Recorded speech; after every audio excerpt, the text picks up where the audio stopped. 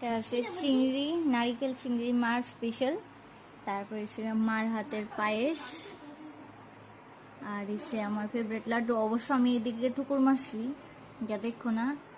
এইটা আমার দই, আমার ফেভারিট সর তুলানো দই, কষা মাংস, আর অলওয়েজ ফেভারিট ডাল। এটা হচ্ছে গা কাঁঠাল কোফতা, যেটা আমার দুপুরে হয়েছিল। তারপরে হচ্ছে গা আন্ডা কারি, ডিম কারি, এই নো চিটিং। তারপরে হচ্ছে গা এটা কি বাজা গো মা? এটা একটা পকোড়ার মতো কোফতা। এটা একটা কোফতা, মানে পকোড়াটা র পকোড়া। তারপরে এটা হচ্ছে বেগুন ভাজা, এটা আমার গাছের পটল ভাজা, কারকল ভাজা, লেবু, শসা আর ভাত। Thank you. আমার মামিও ছিল সাথে। থ্যাংক ইউ ছোট্ট মামি। কই এই যে